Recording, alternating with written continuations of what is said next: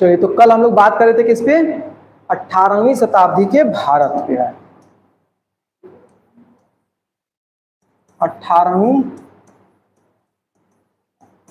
शताब्दी का भारत, ठीक है। और इसकी जो राजनीतिक स्थिति थी उसको पूरी तरह से हम लोग कल कर चुके थे। अब आज हम लोग को क्या देखना है? आज हम लोग को देखना है आर्थिक स्थिति के बारे में। आर्थिक स्थिति, देखिए, इतिहास को पढ़ने का अपना एक अलग दृष्टिकोण होता है, उसको समझने का, क्योंकि इतिहास का कालखंड तो बहुत लंबा होता है। हम किसी चीज को कैसे कम कम घटनाक्रमों में समेट करके उसको व्यापक स्तर पे समझ विकसित कर सकते हैं, यही इतिहास का सबसे महत्वपूर्ण पक्ष होता है। तो चूंकि जब आप प्राचीन इतिहास पढ़ते हैं, इतिहास के मतलब एक सही आप अप्रोच से पढ़ें, तो प्राचीन समय से जो चीजें होती हैं उनको हम किस दृष्टिकोण से पढ़ते हैं, किस संदर्भ में पढ़ते हैं, वो आपको इतिहास के प्रति एक वास्तविक, जो आप कह सकते हैं झलक है, वो दिखाती है। क्यों? क्योंकि प्राचीन इतिहास तो हमसे इतना पुराना है और इतना दूर है कि उसको समझने के लिए हमको कुछ अलग अप्रोच को ध्यान रखना पड़ता है। आधुनिक इतिहास तक आते आते क्या होता है, चीजें आपके लगता है अभी कुछ ही समय पहले की तो बात है, तो घटनाक्रम ऐसा लगता है जैसे हाँ हमारे नहीं तो हमारे 2-4 पीढ़ी पीछे जो है लोगों की आंखों के सामने सब घटित हुए हैं, है ना। तो कल्पनाओं से दूर नहीं होता वो चीज। लेकिन प्राचीन इतिहास कभी कभी हम लोग की कल्पनाएं भी सीमित पड़ जाती हैं कि कैसे क्या व्यवस्थाएं रहेंगी। तो जब हम किसी भी कालखंड में पढ़ते हैं तो कुछ प्रमुख बिंदुओं के आधार पर उसको समझने की कोशिश करते हैं। जैसे कल मैंने बताया कि किसी भी पूरे विशेष कालखंड को समझने के लिए पहले हम राजनीतिक दृष्टिकोण से बात को समझते हैं, फिर आर्थिक दृष्टिकोण समझते हैं, उसके बाद सामाजिक दृष्टिकोण से और फिर सांस्कृतिक दृष्टिकोण से बात को करते हैं, ठीक है। उसी तरह से अगर मान ले केवल आर्थिक स्थिति किसी भी समय की समझना हो तो हमारा फोकस किस पे होता है? सबसे पहले हम देखते हैं उस समय उसकी कृषि की क्या स्थिति थी, फिर आप देखेंगे वहां पर शिल्प व उद्योग की क्या स्थिति है, और उसके बाद आप देखते हैं वहां पर व्यापार व वाणिज्य की क्या स्थिति है। और ये केवल इतिहास नहीं, ये तो ऐसा पक्ष है जिसको अगर आप वर्तमान में भी देखना चाहेंगे तो किसी क्षेत्र विशेष की अर्थव्यवस्था जो है इसी के आधार पर निर्धारित की जाएगी। तो 18वीं शताब्दी के भारत की आर्थिक स्थिति को समझना है, इसलिए पहले हम लोग वहां कृषि क्या स्थिति थी, फिर देखेंगे शिल्प और उद्योग किस प्रकार के थे, और फिर हम देखेंगे व्यापार व वाणिज्य। तब हम संपूर्ण निष्कर्ष पर पहुंच पाएंगे और फिर हम लोग निर्धारित करेंगे कि जो 18वीं शताब्दी का भारत था उसमें अर्थव्यवस्था प्रगतिशील थी या अर्थव्यवस्था जड़त्व में थी, स्थायित्व में थी, या वास्तव में अर्थव्यवस्था अपने पतन पर चली गई थी, ठीक है। तो पहले हम लोग समझ लेते हैं, बाद में उसका निष्कर्ष करेंगे। तो आइए 18वीं शताब्दी की आर्थिक स्थिति, और उसमें पहले हम लोग देखते हैं कृषि। तो ध्यान रखिएगा 18वीं शताब्दी में जो कृषि थी वो कैसी थी? पिछड़ी अवस्था में थी, पिछड़ी अवस्था में थी। पिछड़ी अवस्था में क्यों थी? इसका कारण था कि कृषि की तरफ शासकों की कोई विशेष दिलचस्पी या हम कहें रुझान नहीं था, रुझान नहीं था। और अगर किसी विशेष क्षेत्र में जो शासक है उसका संरक्षण नहीं मिलेगा तो आप समझ सकते हैं कि फिर उसमें क्या होगा? उसमें निवेश का अभाव होगा, निवेश का अभाव होगा, क्योंकि शासक वहां पर कुछ करना नहीं चाह रहा, उसकी तरफ उसका रुझान ही नहीं है, ठीक है। और तीसरी स्थिति क्या होगी कि वहां पर जो एक उन्नत या आदर्श व्यवस्थाएं स्थापित होनी चाहिए उसका भी अभाव देखने को मिलेगा, क्योंकि फिर नीतियों पर भी शासक का किसी प्रकार से ध्यान नहीं रहेगा। तो यहां पर आप देखेंगे कि ठेकेदारी प्रथा जन्म ले ली थी। और ठेकेदारी प्रथा में क्या था? किसानों का शोषण ज्यादा हो रहा था, और किसान कैसे थे? बदहाल थे। तो संपूर्ण रूप से अगर हम लोग कृषि की स्थिति को देखें तो कहीं पर भी हमको कुछ सकारात्मकता यहां पर दिखाई नहीं दे रही है, ठीक है। लेकिन इसके बावजूद भारत में जो ग्रामीण समाज था ये ग्रामीण समाज क्या था? आत्मनिर्भर था। आत्मनिर्भर था।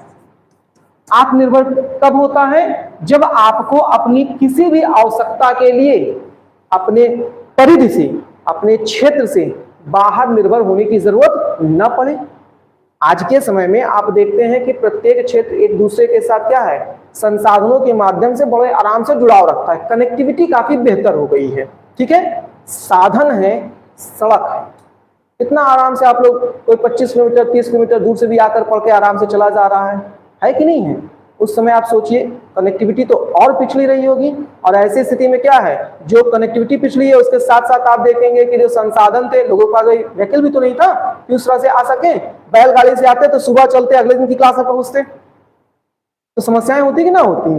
तो अब यहाँ पे देखिए क्या है, आत्मनिर्भर किसे कह रहे हैं कि जब आप, ये ग्रामीण समाज हो गया, इसके बाहर इनको जरूरत नहीं थी। क्यों नहीं थी? आत्मनिर्भर आप तभी हो सकते हैं जब आपके यहाँ क्या हो, पर्याप्त उत्पादन हो। तो लोगों की आवश्यकता, उत्पादन, अर्थव्यवस्था भी आप एक तरफ पढ़ रहे हैं, तो आप व्यापक दृष्टिकोण समझिएगा। इसका मतलब लोगों की जो आवश्यकताएं होती थी, जो उनके संसाधनों की जरूरत होती थी, चाहे वो खाद्यान्न हो, चाहे वस्त्र हो, चाहे अन्य उनके दैनिक जीवन से संबंधित सामग्रियां हो, वो उनके खुद के समाज में क्या होते थे, उत्पादित हो जाते थे। और रही गई कसर अगर थोड़ी बहुत बच जाती थी तो क्या होता था, हाट लगता था।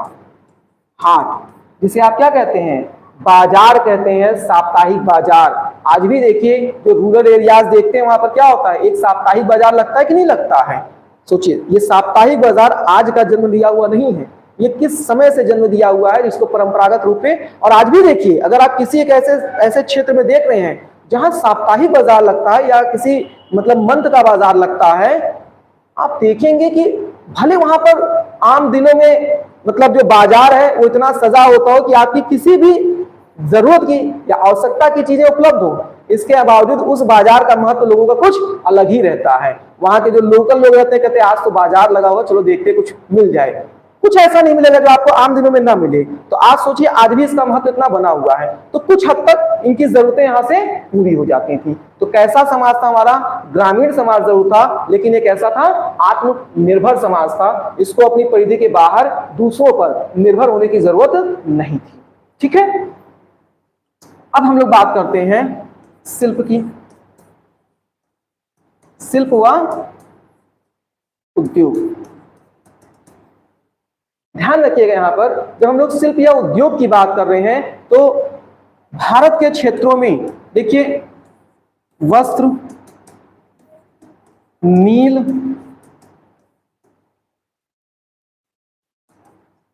जहाज निर्माण, सोरा, अफीम, ठीक है, वस्त्र में रेशम वस्त्र, मलमल के वस्त्र,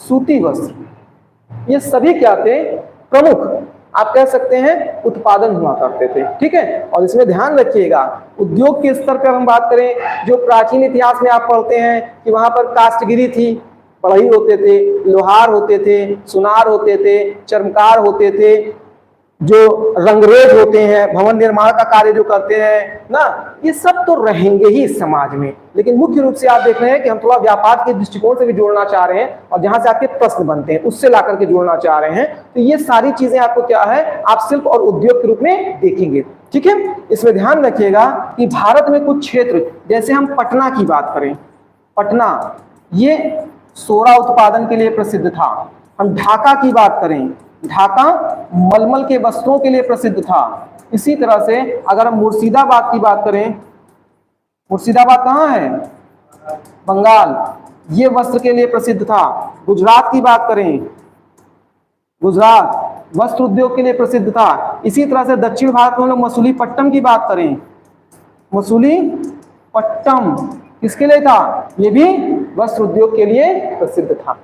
ठीक है, अब आइए वापस यहाँ पर देखिए, ये जो हम लोग बात कर रहे हैं, अब इसके माध्यम से क्या होगा, ये तो आपने देख लिया कि उत्पादन कैसा होता था। तो उत्पादन हो रहा है तो निश्चित रूप से क्या होगा, आयात और निर्यात होंगे। आयात और निर्यात होंगे कि नहीं होंगे, क्योंकि आप जब शिल्प और उद्योग का उपयोग देख रहे हैं तो वस्तु को बेचने और खरीदने का प्रावधान तो यहाँ पे निकल करके आएगा ही। ठीक है, तो हम लोग यहाँ पर क्या करें, अगर आयात की बात करें, आयात यानी भारत में 18वीं शताब्दी में बाहर से क्या मंगाए जाते थे, तो यहां पर क्या मंगाया जाता था, सोना, चांदी, तांबा, इसका ज्यादा आयात हुआ है। ठीक है, जबकि निर्यात की बात करें, निर्यात, तो निर्यात में सबसे प्रमुख वस्तु अगर कुछ था तो क्या था, सूती वस्त्र था। लेकिन इसके अलावा रेशम के वस्त्र, मलमल के वस्त्र भी क्या थे, वो निर्यात किए जाते थे। तो अन्य वस्त्र हो गए, इसके अलावा भी मैंने बताया नील हो गया, अदरक, मसाला, सोरा, अफीम आदि इस तरह की चीजें जो थी उनका भी क्या होता था, यहां से निर्यात होता था। ठीक है, अब हम लोग देखते हैं भारत के व्यापार।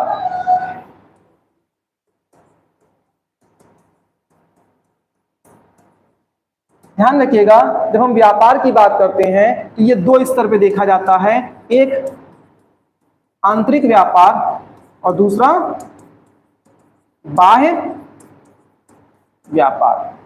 ठीक है, तो फिलहाल आंतरिक व्यापार तो आप देखेंगे भारत के क्षेत्रों में सब चल ही रहा है।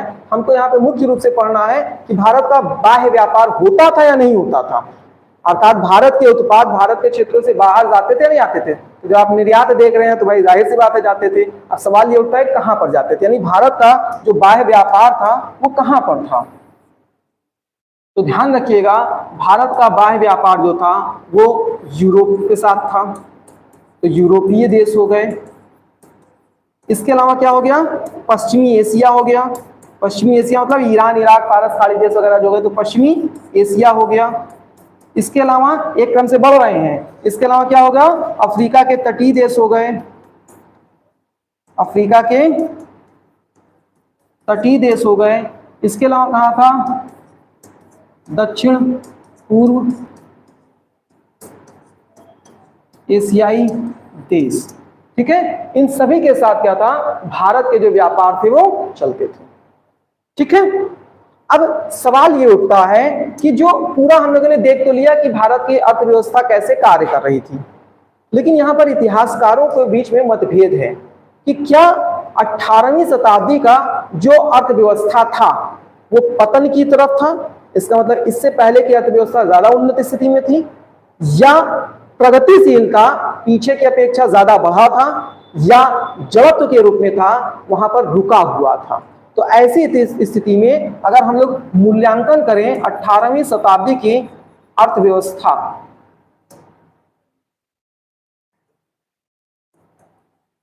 का मूल्यांकन, तो ध्यान रखिएगा यहां पर जो आप देखेंगे इतिहासकार हैं, इनके बीच में क्या है, मतभेद है।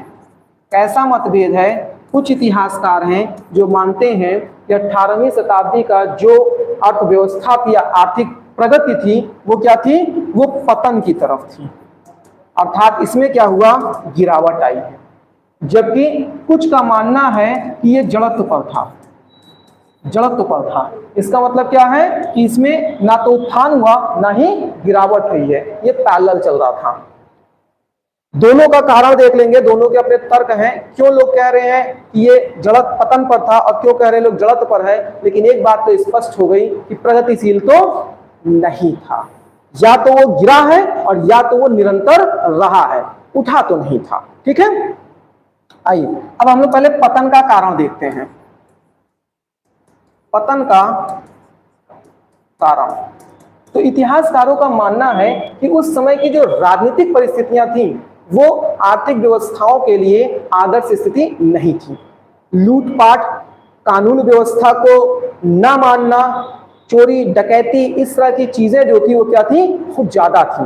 और आप समझ सकते हैं किसी भी असंवैधानिक व्यवस्थाओं में या गैर कानूनी प्रावधानों में कहीं पर भी आर्थिक गतिविधियों का विकास नहीं होता है। ठीक है, तो यहां पर क्या हो रहा है, अगर आप देखेंगे तो किस प्रकार से लूट पाट की नीति चल रही है। तो इसमें देखिए नादिर शाह आता है, नादिर शाह, और इसके पीछे पीछे इसका सेनापति आ जाता है अहमद शाह अब्दाली। पीछे पीछे का मतलब वो नहीं है कि मम्मी बाहर सब्जी लेने गई तो बेटे उनका बेटा भी पीछे पीछे पहुंच गया, तो ठेले पे देखी सब्जी लेते समय बेटा आ गया। अरे पीछे पीछे मतलब लगभग 8-10 सालों बाद आ रहा है ना। 39 में नादिर शाह आ रहा है, और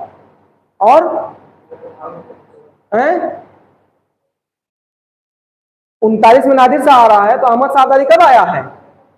पहला आक्रमण कब हो रहा है इसका? 48 में हो रहा है ना, लगभग 9 साल। इतिहास के दृष्टिकोण में 9-10 साल ऐसे लगता है जैसे बस बीत गए, क्योंकि जब आप सैकड़ों साल की चर्चा कर रहे हैं तो 9-10 साल में क्या अंतर समझ में आएगा ना, तो ध्यान रखिएगा। खैर, अब ये तो एक तरफ आकर के क्या कर रहा है, दिल्ली तक लूट मचा रहा है और कत्लेआम भी कर रहा है। वहीं दूसरी तरफ आप देखेंगे तो जैसे जाट लोग थे, जाट, इनके द्वारा मथुरा व इसके आसपास के क्षेत्रों में लूटपाट किया जा रहा है। वहीं अगर आप देखेंगे तो जो सिख धर्म में आपने देखा था, जो उनका सैन्य प्रमुख हुआ था बंदा बहादुर, इसके द्वारा सरहिंद को लूटा जा रहा है। और इस तरह से आप देख रहे हैं कि हमको लूटपाट की प्रवृत्ति ज्यादा दिखाई दे रही है, और लूटपाट की प्रवृत्ति ज्यादा है। इसका दूसरी तरफ परिणाम क्या निकल के आ रहा है? परिणाम निकल करके आ रहा है कि यहां पर क्या होगी, एक तरह से राजनीतिक अव्यवस्था है।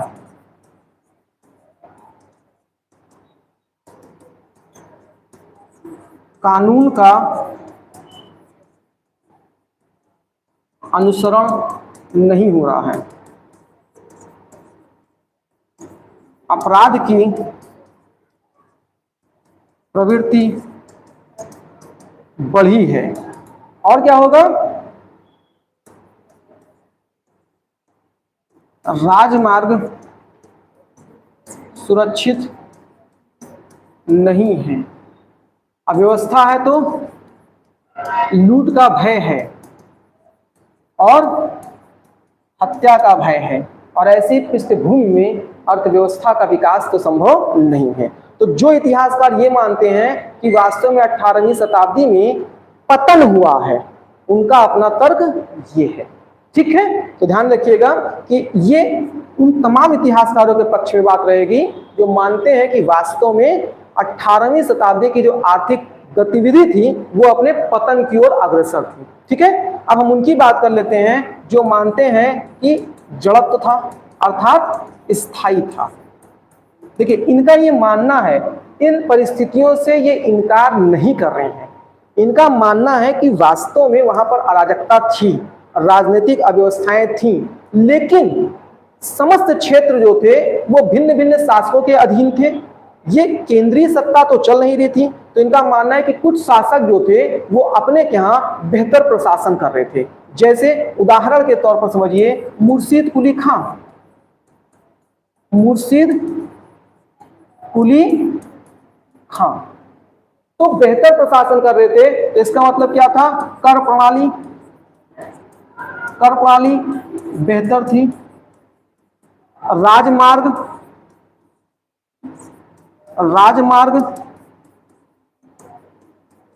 सुरक्षित थे, कानून व शासन का भय था। ठीक है, इस तरह से कुछ क्षेत्रों में जो आंतरिक व्यापार था वो ठीक ठाक चल रहा था। और इस जड़त्व की स्थिति को समझाने के लिए जो सबसे बड़ा तर्क यहाँ के इतिहासकारों ने दिया, जो आपको भी देख करके लगेगा कि हाँ सही है, वो ये है कि भारत का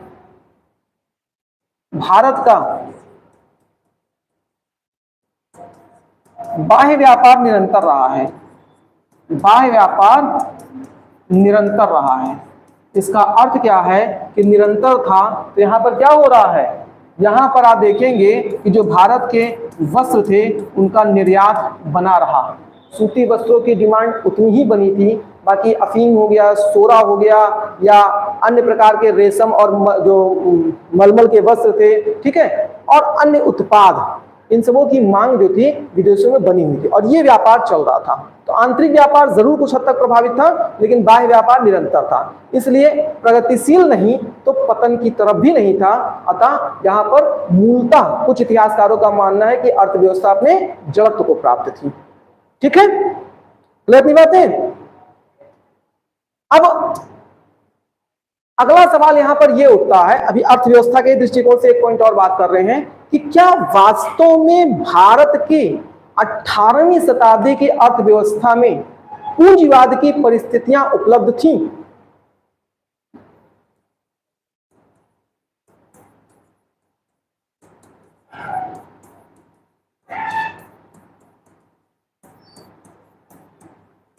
देखिए यहां पर पूंजीवाद का मतलब आधुनिक पूंजीवाद से थोड़ा भिन्न रहेगा। इसका मतलब क्या है, जो आत्मनिर्भर भारत की बात आप कर रहे हैं और आर्थिक प्रगति की बात कर रहे हैं, क्या वो क्षमता व्याप्त थी? क्योंकि ब्रिटिशर्स का तो कहना है कि सब कुछ वो ला कर दिए, हालांकि जो हमारे क्या आर्थिक प्रगति होनी चाहिए थी वो ब्रिटिशर्स ने भी नहीं दिया। लेकिन ब्रिटिशर्स बिल्कुल वैसे ही दिखावा करता है। कैसे दिखावा करता है कि वास्तविकता में आपको क्या मिल रहा है या नहीं मिल रहा है, इसका मूल्यांकन करने को आपको देता ही नहीं, मूल्यांकन करने को ही नहीं देता है। ठीक है, देखिए एक उदाहरण के तौर पे मैं आपको बताऊं, अभी कल आप लोगों ने देखा ना, वो एक मैम आकर के एडमिशन ली थी ना, आके बैठ गई थी। खैर उनके साथ थोड़ी सी समस्या थी, थोड़ी सी समस्या इस चीज की थी कि भाई उनको इंग्लिश मीडियम से पढ़ना था, लेकिन उन्होंने एडमिशन लेते समय ना इस बात का जिक्र किया कि हमको इंग्लिश मीडियम से पढ़ना है, और ना मैंने अपने से पूछा। खैर क्लास के बाद समस्याएं समझ में आई, तो कोई बात नहीं, जिसका एक मीडियम नहीं तैयार हो पा रहा है तो उसको तो चलिए कोई बात नहीं, भाई किसी को जबरदस्ती नहीं पढ़ाएगा।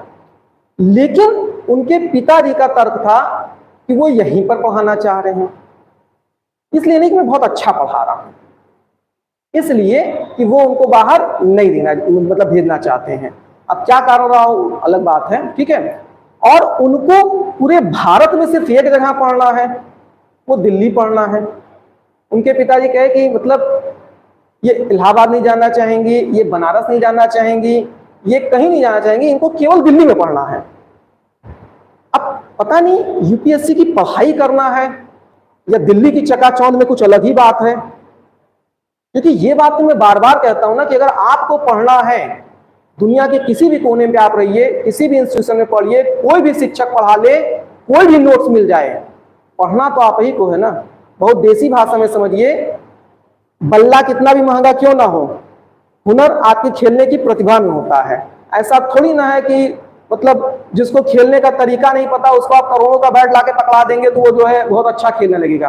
तो प्रतिभा तो आपके अंदर होती है। तो मैं इस बात को कह रहा हूं कि वो जो चकाचौंध दिल्ली की खींची लिए चली आ रही है, शायद ब्रिटिशर्स ने भारत को यही छवि दिखाया कि हम आपको क्या कर दिए हैं, आपको दिल्ली जैसा चकाचौंध बना दिए हैं। लेकिन वास्तविकता ये थी कि दिल्ली जैसे क्षेत्र में जो चकाचौंध में जाता है, जब वो 4 साल बाद लौट करके आता है तो एक तो खाली हाथ बिल्कुल लौट करके आता है, और दूसरी चीज जो उसका वास्तव में आप कह सकते हैं उपज था वो भी खो देता है। उसका नैतिक पतन हो जाता है, चारित्रिक पतन हो जाता है, और कहीं लोअर मिडिल क्लास फैमिली से गया होता है तो आर्थिक ऐसी चोट पहुंचाता है कि कम से कम फिर उसके बाद जो है वो क्या लगेगा, कम से कम उसके बाद जो है 3 साल 4 साल उस परिवार को उभरने में लग जाएगा। तो जिसके 1-2 बच्चे हों और जिसके पास आर्थिक ठीक ठाक स्थिति हो, वो तो सोच भी सकता है वहां पर भेजने के लिए। 14,000 15,000 रुपए का फ्लैट केवल मिलेगा जो आपको शेयर करना पड़ेगा। यहाँ पर 15,000 फीस जो काटती है बहुत ज्यादा लगता है, वहां पे 15,000 रुपए फ्लैट आपको मिलेगा, वो भी आपको रूम शेयर करना पड़ेगा। क्योंकि ऐसा तो है नहीं कि आप ऐसी जगहों पर जाओगे तो कहीं पर भी अपना कमरा ले लोगे। दिल्ली बहुत बड़ा है, अरे जहां पर कोचिंग ले रहे हैं उसी के आसपास लेंगे कि नहीं लेंगे? अगर उसी के आसपास लेंगे तो आप बताइए वो बच्चों का गढ़ है कि नहीं है? और जब बच्चों का गढ़ है तो कोई चीज सस्ती होगी कि महंगी होगी? हमारे अयोध्या में जिन क्षेत्रों में जा करके लोग खड़े होकर के थूकना नहीं पसंद करते थे, आज उन जगहों पर एक एक दिन रुकने के लिए 2-2 हजार रुपया किराया देना पड़ रहा है। गली कूचे अतरे कुतरे जैसा भी पुराना मकान नया मकान सब होटल लॉज बन गया, सब होटल लॉज बन गया है। क्योंकि वहां पर केंद्र किसका है? टूरिस्टों का है। तो उनको क्या है, वहां पर रुकना है। अब इतने ज्यादा लोग हो गए कि वहां पर जगह की मतलब कमी हो जा रही है, तो वहां पे क्या है 1500-2000 रुपए में क्या होता है, मतलब पहले वहां के ठीक ठाक जो होटल होते थे जिनको आप वहां के टॉप होटलों में रखेंगे, वो ज्यादा से ज्यादा 2200-2400 में एसी कमरा देते थे। अब वहां पर ऐसे कमरे जिसमें आप लोग स्टूडेंट लोग रहते हैं ना, वो कमरा आपको 1000 रुपया मिलता है एक रात रुकने के लिए, मतलब 24 घंटे स्टे करने के लिए। तो मैं आपको बताना चाहता है कि ब्रिटिशर्स ने चकाचौंध तो बहुत दिखाया, लेकिन वास्तव में अंदर से क्या किया, पूरी तरह से खोखला करके रख दिया था। ठीक है, तो इसलिए हम लोग ये मूल्यांकन कर रहे हैं कि क्या भारत की तत्कालीन परिस्थितियों में वो दम था कि अपने पूंजीवाद का विकास कर सके। जैसे आपका मूल्यांकन कर रहे थे कि क्या वास्तव में मेरे अंदर वो प्रतिभा या दम है कि हम दिल्ली में जाकर के 5 लाख रुपए खर्चा करके हम अपना केवल प्रयास ट्राई करें। भाई मैं तो हमेशा ही बात करता हूँ, चलिए ठीक है, किसी को यहाँ से अगर असंतुष्ट भी दिखाई देती है किसी वजह से, तो कम से कम आप इतने कम पैसे में अपनी बुनियाद मजबूत करके, लेकिन तुलनात्मक रूप से हमेशा ध्यान रखिएगा, आप भारत के किसी भी प्रतिष्ठित संस्थान में पढ़ लीजिए, मेरा मैटर नोट्स पढ़ लीजिएगा, फिर आप तुलना करके बताइएगा कौन क्या पढ़ा रहा है। कोई अलग नहीं पढ़ाता, कोई अलग नहीं पढ़ाता। हाई स्कूल का सिलेबस है, हाई स्कूल के सिलेबस में कोई टीचर कितना भी विद्वान आएगा, फॉरेन का भी आ जाएगा तो पढ़ाएगा तो हाई स्कूल का ही मैथ, हाई स्कूल का ही फिजिक्स, हाई स्कूल का ही तो साइंस पढ़ाएगा, उससे बाहर क्या पढ़ा लेगा। लेकिन मैं फिर भी बता रहा हूं कि एक कल्पना करके देखिए कि युवा अवस्था में क्या होता है, आपके अंदर एक पहले उफान होती है ना, उफान कि हमको ये करना है, हमको वो करना है, हमको ऐसे करना है, हमको वैसे करना है। हालत तो आप लोग देख ही रहे हैं कि 6 महीने में आप लोग का कमर टूट जाता है तैयारी में, शिथिलता बरकरार हो जाती है, साल 1.5 साल तक जाते जाते मतलब किस परिस्थितियों में आप पहुंच जाते हैं। मानसिक आपकी स्थिति मजबूत है तो ठीक है, नहीं देख रहे कितने लोग एडमिशन लेकर के आना बंद कर दिए हैं।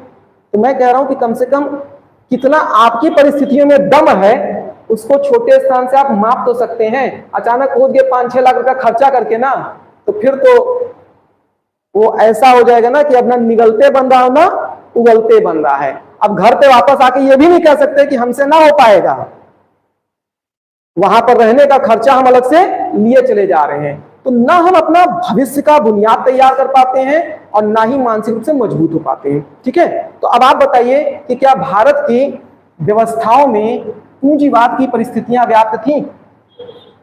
भारत की व्यवस्थाओं में पूंजीवाद की परिस्थितियां व्याप्त थी? तो इसके लिए जरूरी है ना कि पूंजीवाद की परिस्थितियों में क्या आवश्यकताएं होती हैं। पहले ये बात तो समझें। जैसे मैं कहूं कि क्या किसी विद्यार्थी के अंदर यूपीएससी क्वालिफाइड करने की प्रतिभा है, तो पहले आप ये कहेंगे ना कि भाई यूपीएससी क्वालिफाइड करने के लिए किन प्रतिभाओं की आवश्यकता पड़ती है। ठीक है, तो आइए देखते हैं। देखिए, कहीं पर भी अगर पूंजीवाद की परिस्थितियां होती हैं तो उसके लिए सबसे ज्यादा जरूरी क्या होता है? सबसे ज्यादा जरूरी होता है अधिशेष उत्पादन।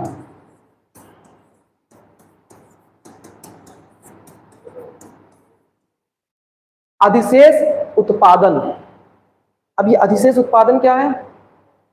हाँ, इसको हम लोग प्राचीन इतिहास पढ़ते हैं तो इतनी बार ये चर्चा हो जाता है कि समझने का विषय नहीं होता, लेकिन जो लोग पहली बार पढ़ रहे हैं वो समझ लें।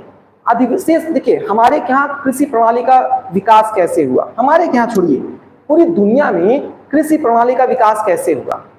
क्या जिस समय किसी मानव समुदाय ने खेती करना प्रारंभ किया तो उसका उद्देश्य था कि हम यहां से बेच करके अपनी आवश्यकताओं की पूर्ति करेंगे?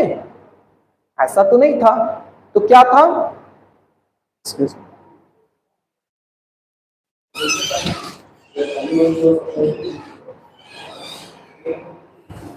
तो क्या था? उस समय की जो परिस्थितियां थी उसमें मानव किसी तरह से अपने खाद्यान्न की पूर्ति करना चाहता था। मानव ने कृषि सीख लिया और पता चला कि ये भी एक व्यवस्था है जिसके तहत अपना भरण पोषण कर सकते हैं। हमको केवल प्राकृतिक चीजों पर निर्भर रहना ये जरूरी नहीं है।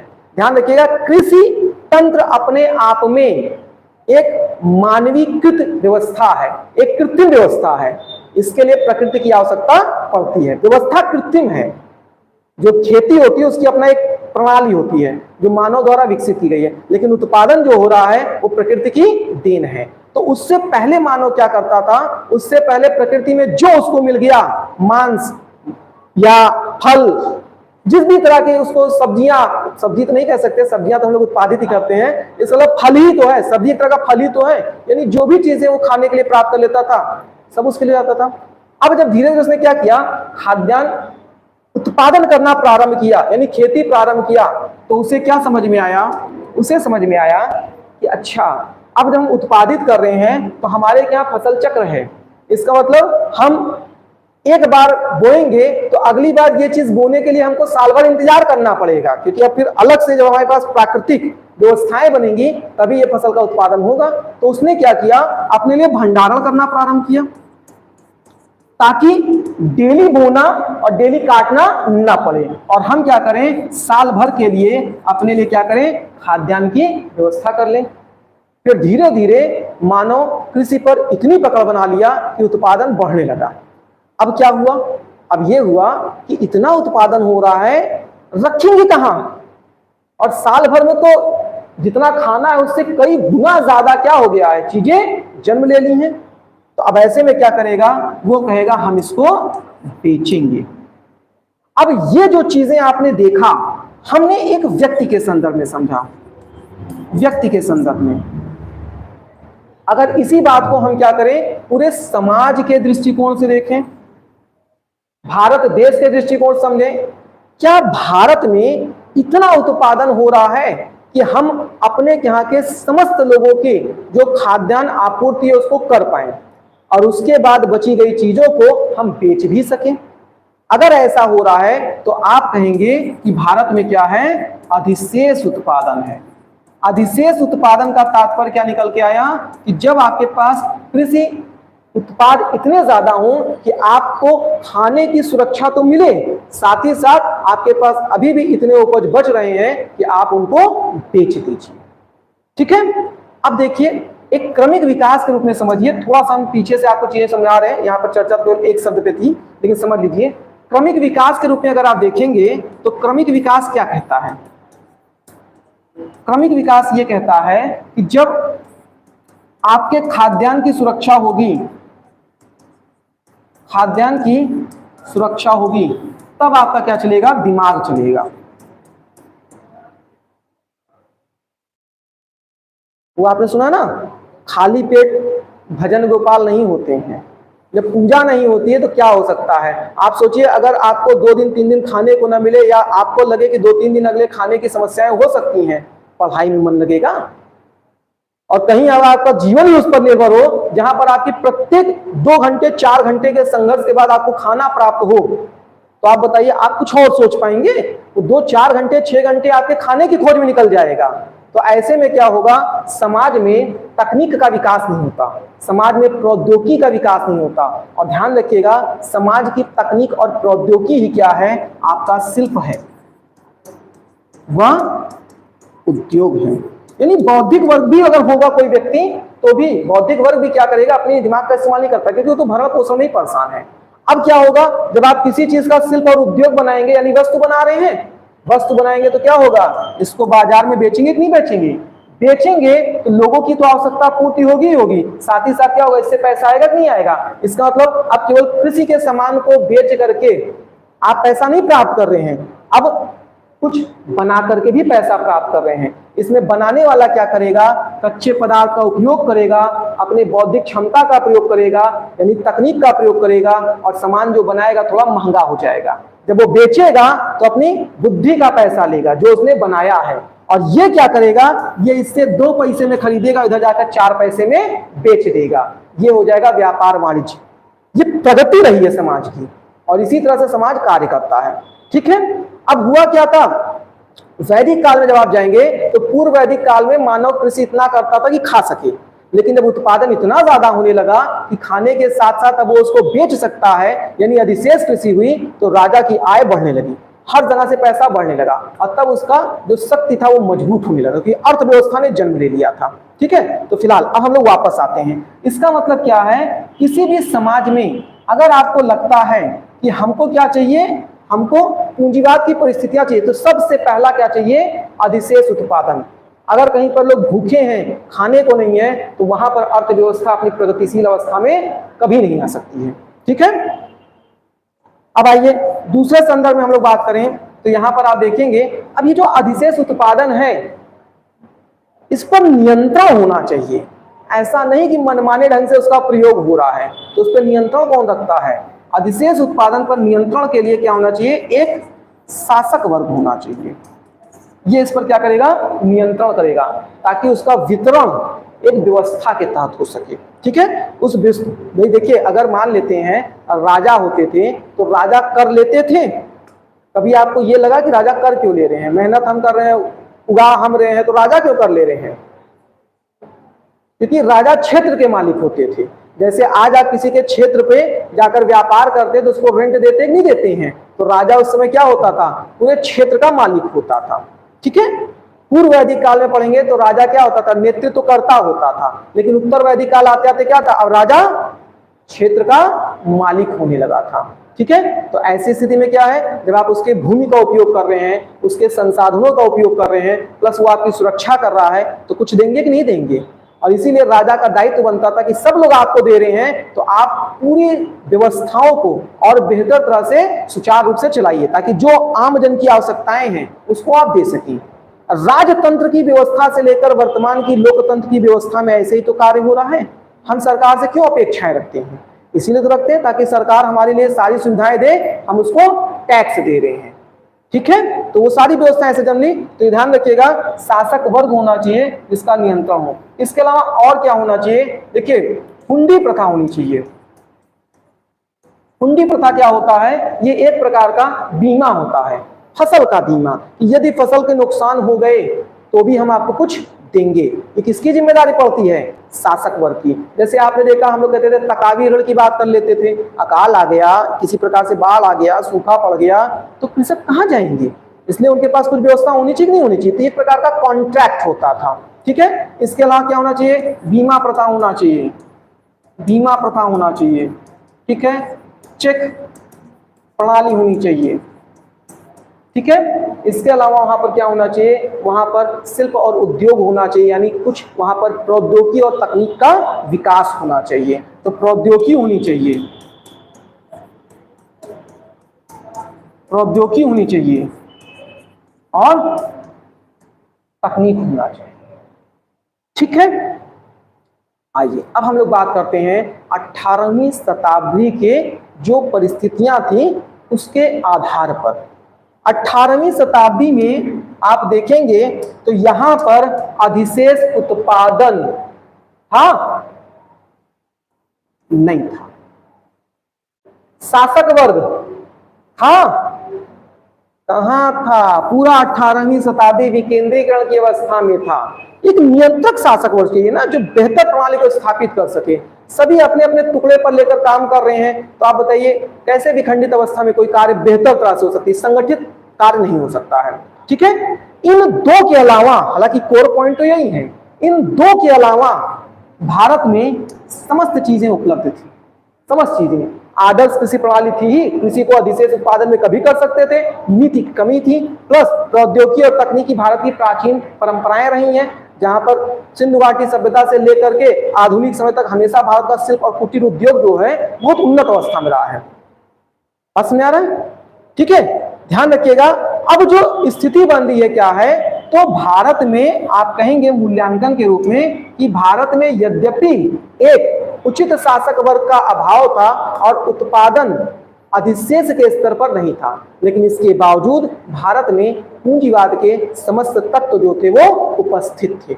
ठीक है, इन्हीं परिस्थितियों के बीच में अंग्रेजों की उपस्थिति ने जो भारत की तत्कालीन विकास की गति थी उस पर अपनी नीति को थोप दिया, जिसके परिणाम स्वरूप भारत के संसाधनों का दोहन हुआ और भारत के संसाधनों को वो अपने देशों में ले गए और भारत की जो पूरी आर्थिक गतिविधि थी उसको खोखला कर दिए। यही कारण था कि भारत में कभी भी पूंजीवाद का जन्म नहीं हो पाया। लेकिन अगर पूछें कि क्या पूंजीवाद के जन्म की परिस्थितियां थी, तो बिल्कुल थी। एक हमारे पास आदर्श कोई भी शासक आ जाता तो सारी की सारी परिस्थितियां हमारे पास वैसी बनी हुई थी। ठीक है, क्योंकि आपने देखा ना कि जो किसान की या जो कृषि प्रणाली की बदहाली थी उसका प्रमुख कारण क्या था? प्रमुख कारण था शासक वर्ग की दिलचस्पी ना होना। शासक वर्ग की दिलचस्पी होती तो अधिशेष उत्पादन अपने आप होना प्रारंभ हो जाता और सारी व्यवस्था फिर क्या होती, बेहतर तरह से चलने लगती। ठीक है, इसीलिए मैं बार बार कहता हूं कि अंग्रेज लोग हमेशा इस बात को दिखाए कि हम आपको प्रौद्योगिकी में और तमाम चीजों में विकसित किए हैं, लेकिन वास्तव में वो अंदर से सिर्फ खोखला किए हैं, कमजोर किए हैं। ठीक है, आइए अब हम लोग देखते हैं 18वीं शताब्दी की सामाजिक स्थिति। देखिए पूरा ये कल भी मैंने बताया था कॉन्सेप्चुअल टॉपिक है, कोई रटने वाला इसमें कॉन्सेप्ट नहीं है, सिर्फ आपको ध्यान देकर समझना है उस परिस्थितियों को। अब देखिए जैसे आपने देखा किसी समाज की जैसे भी आपने देखा किसी काल की अर्थव्यवस्था को हम लोग ध्यान देते हैं, वैसे ही क्या होता है किसी समाज की किस चीज को ध्यान देना होता है, किसी समाज की हमको मतलब उन बिंदुओं पर ध्यान देना होता है कि हम कैसे किसी समाज का मूल्यांकन कर सकते हैं। ठीक है, तो सबसे पहले हम देखेंगे कि समाज में समाज का स्वरूप कैसा है, समाज का स्वरूप। और समाज के स्वरूप के तात्पर्य क्या है कि ये पितृ सत्तात्मक समाज था या मातृ सत्तात्मक समाज था। दूसरा हम देखेंगे कि समाज में महिलाओं की स्थिति क्या है। किसी भी समाज में समाज की प्रगतिशीलता का सबसे बड़ा आधार क्या होता है, महिलाओं की स्थिति मानी जाती है। ठीक है, शिक्षा का क्या स्तर था, शिक्षा का स्तर, समानता का मूल्य, इसका मतलब समाज में समानता व्याप्त था या असमानता था। ठीक है, समाज में वर्ग विभेद, धार्मिक, जातिगत,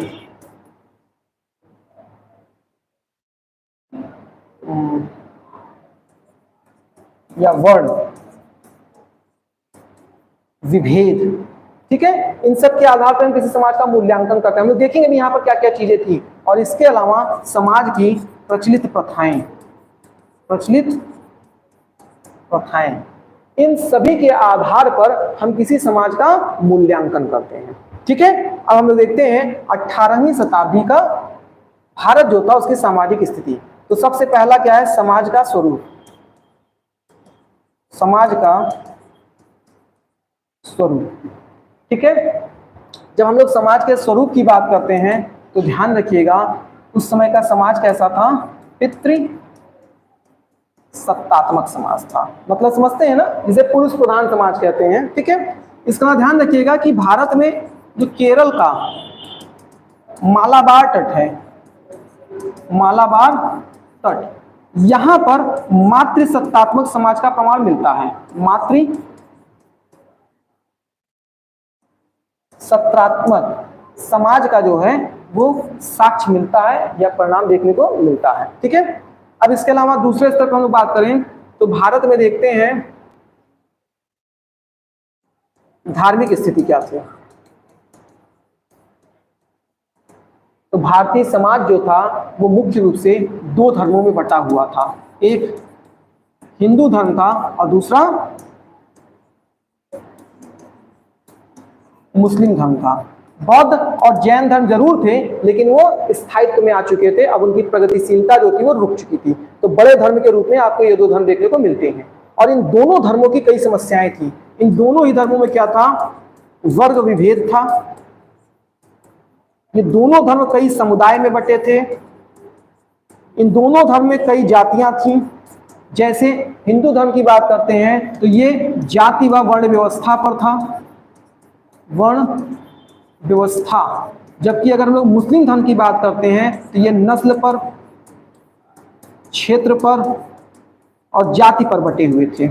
ठीक है, जैसे आपने कहा तुर्क नस्ल है, अफगानी नस्ल है, ईरानी नस्ल है ना, ये क्या है, उस क्षेत्र से संबंधित लोग होते थे। ठीक, तो क्षेत्र के साथ साथ वहां के वंश नस्ल को बोधित करते हैं, और क्षेत्र में तो कई तरह के लोग हो सकते हैं। ठीक, तो हम ईरानी कह रहे हैं तो इसका मतलब क्या हो गया, ईरानी को होता है ईरान क्षेत्र, लेकिन नस्ल वहां पर कई हो सकती है, वंश से संबंधित होगा।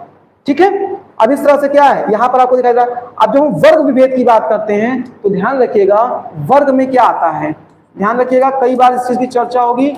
वर्ण में वर्ण व्यवस्था आता है जिसमें जाति लाकर रखते हैं आप, और वर्ग में क्या आता है, उच्च वर्ग आता है और निम्न वर्ग आता है। निम्न वर्ग, उच्च वर्ग का तात्पर्य किससे है, अमीर से है, और निम्न वर्ग का तात्पर्य किससे है, गरीब से है। तो जिस प्रकार से उच्च वर्ण होता है और निम्न वर्ण होता है, उसी प्रकार से उच्च वर्ग होता है और निम्न वर्ग होता है। और उस समय के समाज में हिंदू और मुस्लिम दोनों धर्मों में उच्च वर्ण व वर्ग देखने को मिलता है। जब उच्च वर्ण और वर्ग होगा तो जाहिर सी बात है निम्न वर्ग और वर्ण भी होगा। तो क्या समाज में समानता स्थापित हो पाएगी, नहीं होगी ना। जाति और समुदाय के आधार पर भी विभेद होगा, और बाकी आप देख रहे हैं आर्थिक स्थितियों के आधार पर भी विभेद होगा। तो समानता व्याप्त नहीं थी, समानता व्याप्त नहीं थी।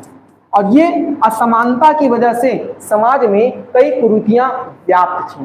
कैसी कुरीतियां व्याप्त थी, जैसे अस्पृश्यता थी। यहां पर जो अस्पृश्यता और इसके साथ साथ जो अंतःवर्णीय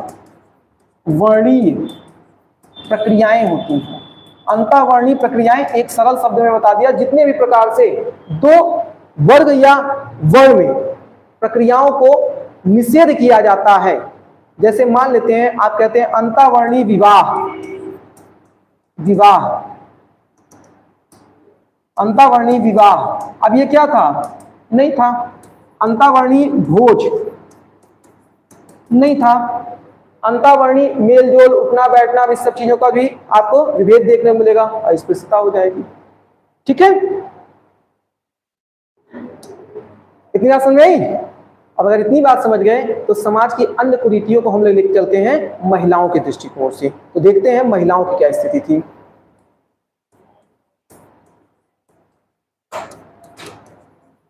महिलाओं की स्थिति, देखिए जब महिलाओं की स्थिति की बात करते हैं तो यहाँ पे पहली चीज ध्यान रखिएगा, किसी भी समाज में महिला हो या पुरुष हो, उसके विकास का जो स्तर होता है वो शिक्षा के अनुसार नापा जाता है। ठीक है, तो यहाँ पर क्या था, महिलाओं के लिए शिक्षा की उपेक्षा थी, शिक्षा की उपेक्षा थी। ठीक है, इसके अलावा ध्यान रखिएगा कि अब यहाँ पर महिलाओं के साथ और किस किस प्रकार के आप कह सकते हैं कुरीतियां व्याप्त थी। तो यहाँ पर सती प्रथा थी, बाल विवाह था, बाल विवाह था, बहु विवाह प्रथा थी। और बहु विवाह प्रथा में समस्या नहीं है, लेकिन समस्या तब हो जाती है जब बहुपत्नी प्रथा जो है वो बहु विवाह का नाम ले लेता है। बहुपति प्रथा भी तो चल सकती है बहु विवाह में, भाई एक लड़कियां भी तो कई पुरुषों के साथ शादी कर सकती हैं, लेकिन वो पुरुष प्रधान समाज में मान्यता नहीं मिलेगा। तो जब भी हम कभी बहु विवाह प्रथा की बात करते हैं तो इसको आप दूसरे शब्दों में हमेशा क्या जानते हैं, बहु पत्नी प्रथा। ठीक है, हालांकि ये कुछ कबीलाई जनजातियों में, कुछ क्षेत्रों में आपको बहुपति प्रथा भी देखने को मिलता है, लेकिन वहां की आवश्यकता होती है, क्योंकि वहां पर लिंगानुपात में क्या होता है, महिलाओं की संख्या इतनी कम होती है कि पुरुषों की संख्या अपेक्षाकृत बहुत ज्यादा होती है, तो वहां की स्थानीय विशेषताएं होती हैं। आइए अब देखिए यहाँ पर और क्या था, विधवा पुनर्विवाह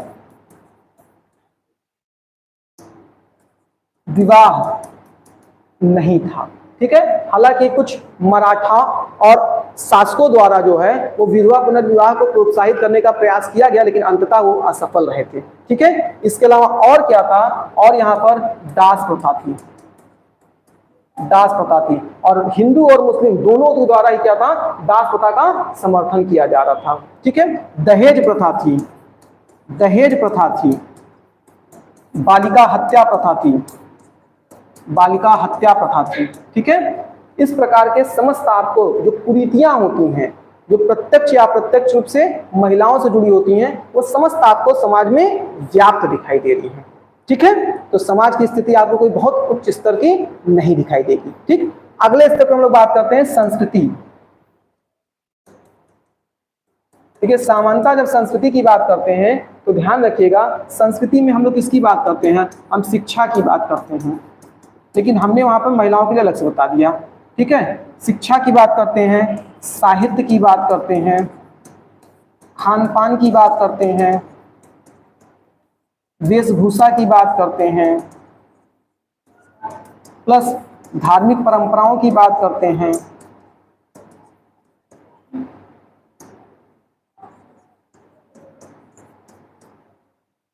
ठीक है, तो सबसे महत्वपूर्ण यहां पर क्या है? शिक्षा। तो आइए देखते हैं 18वीं शताब्दी में शिक्षा की स्थिति। ध्यान रखिएगा कि 18वीं शताब्दी में भारत के क्षेत्रों में जो शिक्षा थे वो जड़त्व था। जड़त्व का मतलब शिक्षा था तो जरूर, लेकिन ये प्रगतिशील अवस्था में नहीं था, शिक्षा रुका हुआ था। और 18वीं शताब्दी के भारत की शिक्षा प्रणाली की सबसे बड़ी, जो आप कह सकते हैं मतलब नकारात्मकता थी, सबसे बड़ी आप कह सकते हैं जो अवगुण था, वो क्या था? यहां पर शिक्षा का विषय, शिक्षा का विषय। यहां पर अभी भी परंपरागत शिक्षा के विषय चल रहे थे। जैसे यहां पर लोग धर्म का अध्ययन कर रहे थे, दर्शन का अध्ययन कर रहे थे, यहां पर लोग कानून का अध्ययन कर रहे थे। ठीक है, धर्म, दर्शन, कानून, और यहां पर लोग साहित्य का अध्ययन कर रहे थे। इसमें आधुनिक शिक्षा का अभाव किस स्तर पर आप महसूस कर पा रहे हैं? यहां पर आधुनिक शिक्षा का अभाव किस स्तर पे आप महसूस कर पा रहे हैं? यहां पर विज्ञान का कोई अध्ययन नहीं हो रहा था, खगोल शास्त्र का अध्ययन नहीं हो रहा था, भूगोल का अध्ययन नहीं हो रहा था, ज्योतिष शास्त्र का अध्ययन नहीं हो रहा था। जबकि आप प्राचीन काल में देखते हैं भारत में सब क्या थे। जब आप गुप्त काल को पढ़ते हैं तो उस समय से देखते हैं, गुप्तोत्तर काल में आपको क्या दिखाई देता है कि भारत इस सारी चीजों में क्या था? अपने चरम पर था। ठीक है, 6वीं शताब्दी के आसपास आप देखते हैं कि भारत में जो है ये सब चीजें चरम पे थी अपनी। ठीक है, इसका मतलब मध्यकाल में आकर के इन चीजों का अवसान हुआ। अब यहीं पर हम संस्कृति की तुलना कर लेते हैं कि ब्रिटिशर्स की 18वीं शताब्दी और भारत की 18वीं शताब्दी में अंतर क्या था। अगर एक अवस्था में देखें तो जैसे आप कहते हैं 1990 तक के दौर में भारत और चाइना एक स्थान पे खड़ा था कि नहीं खड़ा था? उसके बाद चाइना ने तेजी से ग्रोथ मारा और भारत रेंगता रह गया। उसी तरह से 18वीं शताब्दी की स्थिति तक भारत और यूरोप लगभग समकक्ष था। क्योंकि यूरोप भी कोई बहुत अच्छी स्थिति तो नहीं गुजर रहा था, वहां पर भी आप देखें धर्म केंद्रित सारी चीजें होती थी। थोड़ा सा वहां पे 15वीं 16वीं शताब्दी में जो हो रहा था, मतलब 12वीं 13वीं शताब्दी के बाद से पुनर्जागरण काल जो है प्रारंभ हो गया था। तो जो भाई साल भर में कोई परिवर्तन नहीं आ रहा है, साल भर में परिवर्तन का हम मूल्यांकन कर रहे हैं, लेकिन परिवर्तन तो 200-300 सालों के मतलब इतिहास से आता है। तो 18वीं शताब्दी में जो यूरोप था,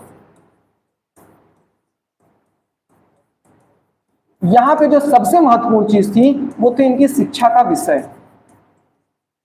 शिक्षा का विषय ये किस पर बात करते थे? ये विज्ञान का बात कर रहे थे, ये तकनीक की बात कर रहे थे। देख रहे हैं इंडस्ट्रियलाइजेशन वगैरह हो जा रहा है इनके क्या इसी समय। ये क्या कर रहे थे? ये भूगोल की बात कर रहे थे, पृथ्वी को जानना चाह रहे थे।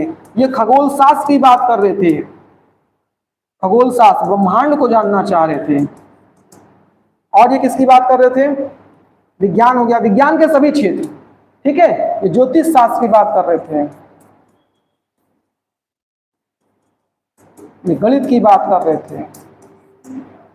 और आप ध्यान देंगे अगर तो आप लोगों ने अपने विज्ञान के पाठ्यक्रम में जो भी थोड़ा बहुत जहां कहीं से भी जिसने पढ़ा या ज्यादा पढ़ा है, आप देखिए चाहे केमिस्ट्री पढ़िए, चाहे फिजिक्स पढ़िए, चाहे बायोलॉजी पढ़िए, जब भी किसी आप वैज्ञानिक का नाम सुनते हैं तो 1700 कुछ 1800 कुछ, इन्हीं 2 शताब्दियों के बीच में आपको समस्त वैज्ञानिकों का नाम दिखाई दे जाता है।